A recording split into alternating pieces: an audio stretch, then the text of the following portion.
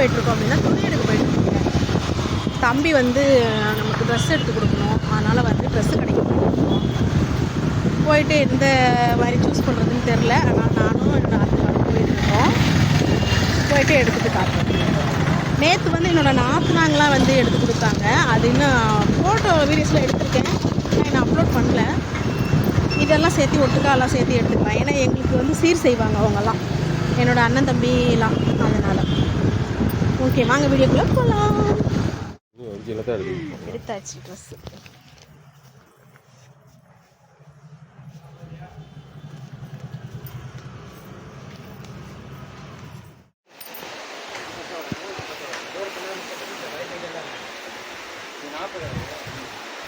கடைக்கு வந்திருக்கோம்.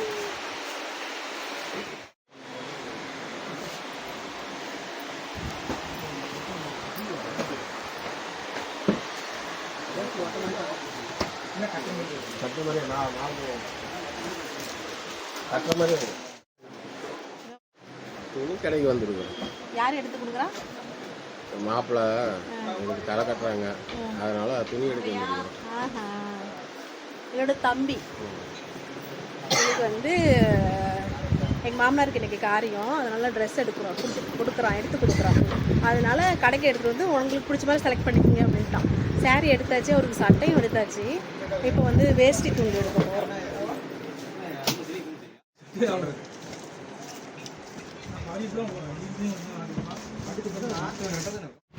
எடுத்தாச்சு ட்ரெஸ்ஸு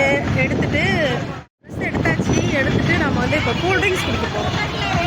களைச்சிட்டோம் ட்ரெஸ் எல்லாம் எடுத்து, அதனால் அப்படியே கூல்ட்ரிங்க்ஸ் குடிச்சிட்டு போகலாம் அப்படின்ட்டு.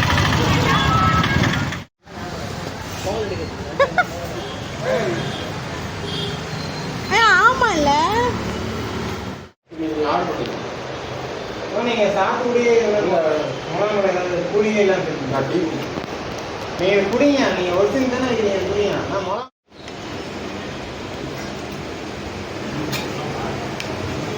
சாப்பிட்டு கொஞ்சம்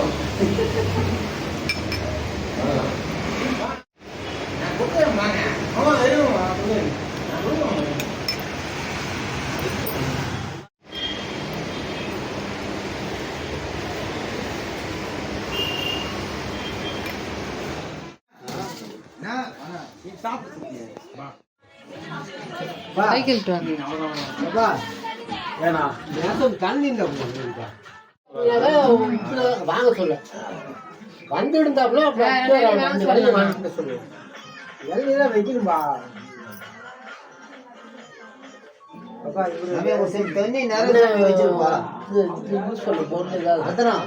அது வெத்தலை தான் அரிச்சு அது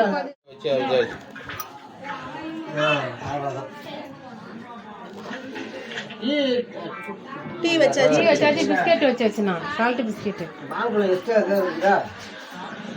மாவுக்குள்ள எக்ஸ்ட்ரா இருக்கு. அவங்க வந்து வரமாட்டாங்களாம், வருஷத்துக்கு ஒரு முறை வந்து கம்பெனி பார்த்துட்டு போவாங்களாம். அது இன்னைக்கு வந்துக்கிறாங்களாம் அவங்க. அதுக்கு தலை